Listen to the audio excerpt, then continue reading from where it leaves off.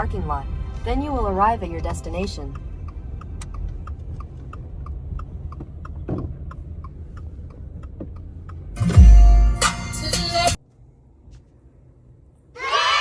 Hello guys! Welcome back to my channel kung saan pinag-uusapan natin ang tunay na buhay ng mga Filipino nurse abroad, especially here in the US.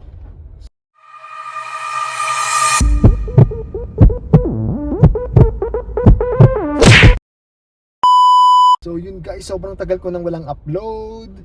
And ito, I thought of just making a content out of nowhere. Ewan ko kung anong pwede natin pag-usapan today.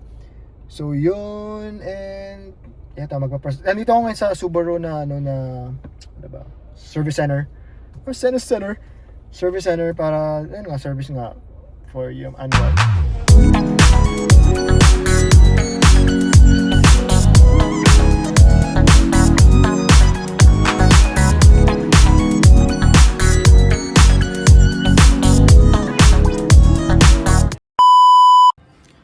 Outfit check. Medyo maganda yung ilaw guys, kaya yan, kuha mo tayo ng mga footages. So yun, nandito ako ngayon sa Subaru, sabi ko nga kanina, for my service ng kotse, si Clark. So yun, and di ko alam kung ano bang pwede natin pag-usapan, so tingnan natin. So yun, samahan nyo ako, and ewan ko, bahala na ako ano mangyari sa vlog na to.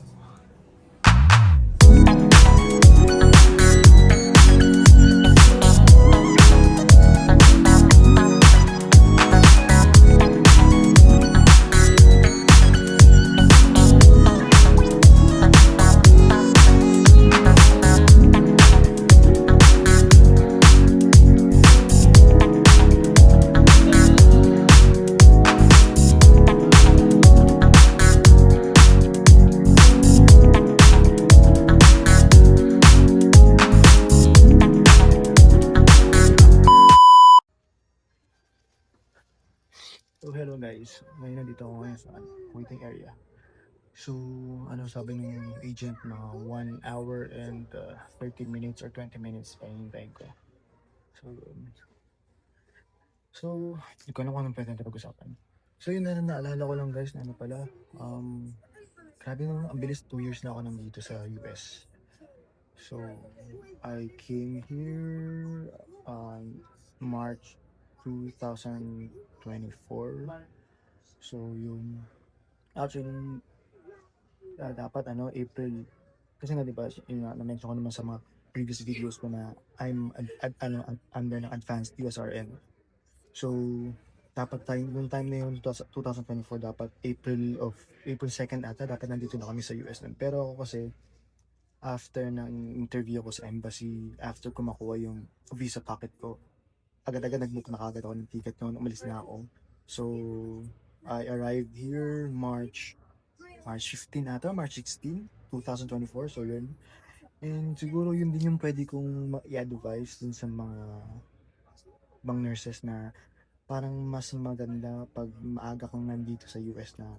Kasi that time nung pumunta ako dito mas maaga, pagdating ko dito sa Florida noong April 2024, like within a week ata nakuha ko na yung social security number ko, yung green card ko. So hindi na ako nahirapan. So nakapag-apply na ako ng bangko, nakapag-open ako ng account. Nakapag-book na ako ng for driver's license ko. So yun din yung siguro isa sa mga advantages at kagandahan kung maaga ka dito. So yun. And yun, having said that, yun nga, lately marami akong mga naririnig or nababasa sa Alifora about advanced USRA na mga not so good comments. So yun, I don't know sa mga iba natin kasama sa Advanced USRN kung ano yung mga personal encounter nila sa Advanced USRN.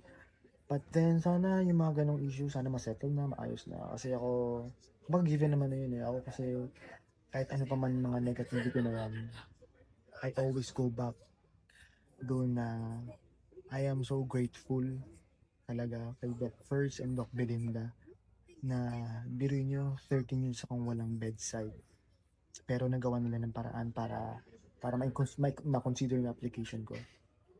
Pero siguro kasi that time hindi pa ganun kahigpit, thank God, kasi ngayon parang sobrang pit na. If ngayon ako pumunta rito or mga ganitong ano ako pumunta or nag-apply, siguro hindi ako na-consider. Kasi ngayon parang require na ata yung parang current bedside, parang ganun. So, hindi ko alam. So, siguro nahirapan akong pumunta ng US or alam mo yun. So, yun sobrang grateful talaga ako. Kaya, kung ano man yung mga negative na yan. Talaga, yun talaga eh. May mga negative, positive naman. So, doon na lang tayo mag-focus sa mga positive, huwag sa negative. And for sure naman, may mga reason naman kung bakit ganun yung advanced USRN, di ba? So, kailangan natin mas maging understanding. Parang ganun. So, yun. And, ano ba ba? So, yun. Actually, guys, marami ako mga content na ginawa. Mga ginawang content, yun, like, mga travels ko. Kasi lang, hindi ko tinamad na ako tinamad ako, actually, edit ko na, hindi ko na ma-upload kasi parang, I find it, nonsense. May pakita yung mga travels na, ano ba yun, sino ba, ano naman pakialam nyo, di ba, sa mga ganun. So, pero meron akong ginawa last month about sa nursing, ganyan. Pero hindi lang naging maganda kasi yung resulta niya. So, parang nahihiya akong i-upload. Siguro, one of these days, pag naging okay na, i-upload ko siya, i-share ko siya sa inyo. For sure, meron din kayo mga lessons or makukuha doon sa video na yun. So, yun. And then, yeah, grabe ang bilis na panahon guys. No? 2 years na ako dito sa US. And then 1 more year to go. Tapos na yung kontrata ko. So, yung nabanggit ko nga sa inyo na I'm planning to move to California. Nakuha ko na rin yung certification ko. Nakuha ko na rin yung certification ko at saka license, parang license, gano'n. Nakapag-endorse na ako. But then, alam mo yun, habang nalalapit yung end ng contract, mas nagiging kang anxious kasi hindi mo alam. Parang, umaga syempre, nakapag-build ka na ng something dito sa Florida, di ba? Mga tao ka na rin, komportable ka sa lugar. Tapos ngayon, panibago na naman, adjustment na naman kung sakasakali, di ba? But then, ganun talaga, wala namang permanent sa mundo, except change, di ba? So yun, looking forward na lang na sana maging open yung journey natin sa California. Actually, yung planning sa Los Angeles, hindi ko alam kung okay ako doon. But then, I'm considering din Sacramento. Oh, Sacramento. So, tingnan natin kung saan tayo dadali ng ating kapalaran at saka ng destiny. So, yun. But yeah, sana talaga matulungan ako ng mga taong makakilala ko sa California. So, yun. Para mas madali ang ating buhay. And also, I'm also considering din sa NYC kasi meron akong ka-work doon na parang nabanggit sa akin yung about sa utilization reviewer kasi yun yung ginagawa namin sa UAE before sa insurance company. So parang ganun yun din yung trabaho. So tingnan natin kasi parang inisip ko ngayon na nakakapagod talaga guys yung bedside lalo sa unit ko, yung PCU na grabe. Napaka-draining talaga niya. Sobra. Mentally, emotionally, physically. So yun, intellectually. So yun. So, ang problema ko na talaga sa NYC kasi, malamig. Ayoko na malamig na lugar. Kasi hindi naman tayo bumabata, di ba? I mean, yung mga kasukasuhan natin nakakatal na sa pag malamig. So, yun yung personal, yun yung isa sa mga kinakonsider ko. So, yun. Tingnan natin kung ano yung pwedeng nangyari. Pagdadasal natin yan, hingi tayo ng magandang guidance kay bro. So, yun. Yan na. So guys, maghintay lang ako ngayon kasi hinintay ko ngayon yung sasakyan. Kasi actually dapat due pa siya for next month. But since next week uwi ako ng Pilipinas, magbabakasyon kasi ako for a month. So hindi ko siya masikaso. Ngayon, pagbalik ko dito, medyo stress tayo kasi I'll be doing morning shift na. That's, nag-request ako na mag-AM shift na, day shift. Kasi for 2 years, sobrang nagsastruggle ako sa tulog talaga. Alam niyo naman yun, di ba? Kung dun sa mga nanonood sa atin. Or dun sa mga nanonood ng videos ko na sobrang struggle talaga ako sa night shift. Hindi sa trabaho, but din yung pagtulog talaga. Kasi sobrang hirap talaga. Kaya sobrang, sabi nga sa akin ng mga kasama ko sa morning shift, dun sa morning shift ng unit namin. Sabi niya, when you're planning to move to the dark side, sabi ko, I don't know, sabi ko nga, well, welcome to me, welcome to hell. Kumagano, kasi nga, sobrang toxic talaga guys ng unit namin, kasi nga stroke unit kami, neuro unit. So, ang hirap. Kung yung night nga, sa night nga, medyo toxic na what more pag sa morning, di ba? Nandiyan yung mga doktor, mga relatives. So, yun, dun ako na sa stress sa mga doktor at mga relatives. Kasi yung nursing skills naman, yung routine, basic na lang daw. Basic talaga. I mean, for 2 years naman, naaral mo naman na yun. Kung familiar ka na. So, yun yung biggest adjustment na right after my vacation. Sasabak na ako sa AM shift. So, we'll see kung kakayanin ko. Kung hindi naman, well, mag-request ako ulit na bumalik sa night shift. And aside from that, guys, pag nag-day shift na ako, like almost $600 din mawawala sa akin sa every paycheck ko. Pero yun, laking halaga din yun. Kasi nga di mga pag night differential, ganyan ganyan, so weekend ba. So malaki talaga guys mawawala. But then, syempre, health is importanter. Health is importante. Diba? Yun, mas mag-focus tayo sa health nga, hindi nga tayo bumabata na. Diba? So, well, we'll see kung ano mangyari. Tingnan natin. So yun guys, hindi ko alam kung ano pang pwede natin gawin mamaya or later. So, kamahan nyo ako guys, and yeah, hintayin ka na lang muna matapos yung si Clark. So yun guys, tara. So tinawagan ako guys, ready for pick up na si Clark kung sasakyan natin. So yun.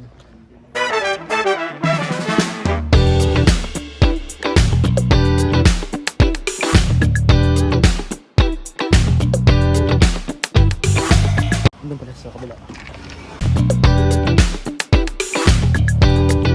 Yes, tapos na ako guys magpa-survey. So ito na.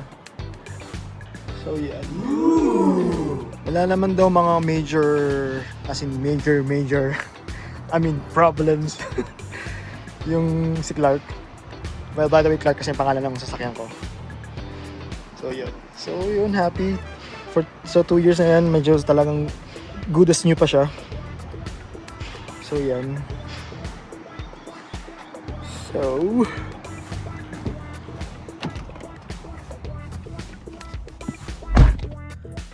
So yun guys. Naka-receive ako ng message sa ka-batch ko. So uwi muna ako, i-meet ko sila, and I think they are planning to go sa Jacksonville. So it's like 2 hours drive from our place, Orange City. So yun, magpo-food trip daw. So yeah, siguro hindi nila alam na ang gagawin ko na lang, siguro parang ambush interview. Parang gano'n. Kasi nga pala, naalala ko rin pala, 2 years na rin pala kami dito sa yun nga diba 2 years na kami.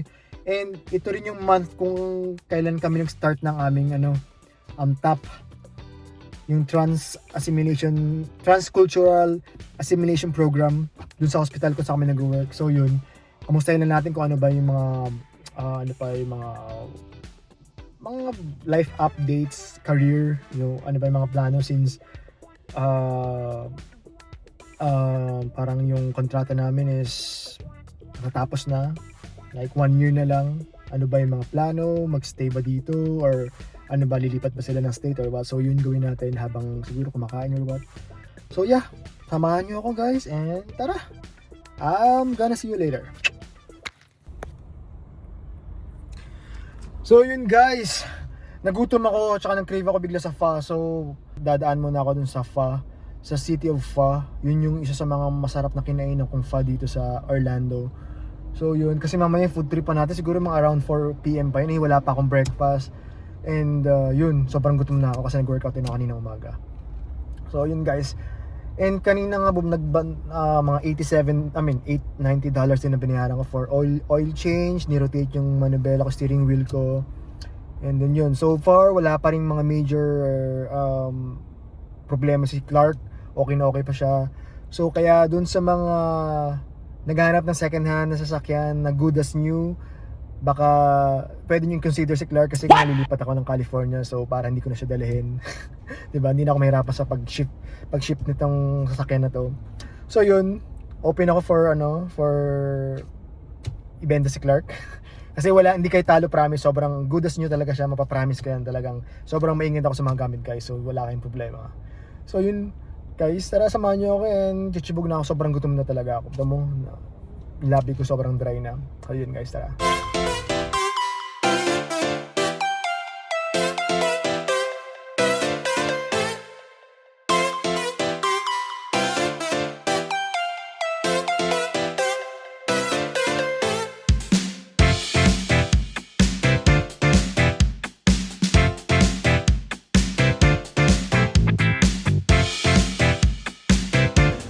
So yun guys, nandito na ako. Ang in-order ko is beef steak at saka flank steak. Tsaka yung parang pork roll something na ganun. So yun yung lagi kong kinakain dito. So this is my third time to be here. Sobrang masarap talaga siya. So yun, gutom na ba? Gutom na ako. So yun. Medyo excited na ako kasi pauwi na dito ako ng Pilipinas next week. So yun. But then, pagbalik ko dito, yun, another challenge kasi nga we're doing AM shift. So yun, wait lang ako sa order natin and samahan nyo ako kumain guys.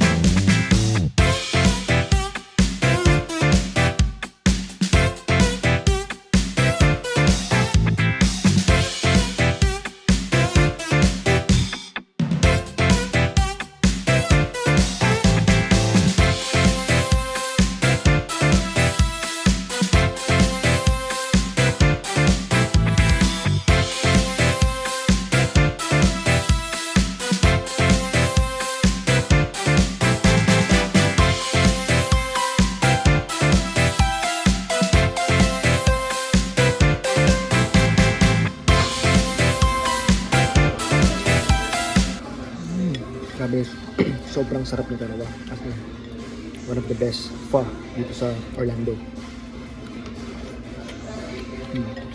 Sa munang in-order ko kasi the last time na pumunta ako dito, in-order ko large. Hindi ko naubos. Good for 2 to 3 person siya. But,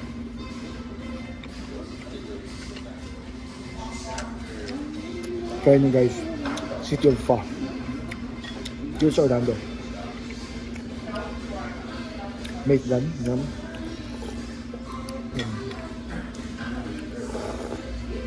Sobrang mahilig talaga sa sabaw guys, ever since. Kaya naman, napitin tayo ng mga sabaw na tao. What?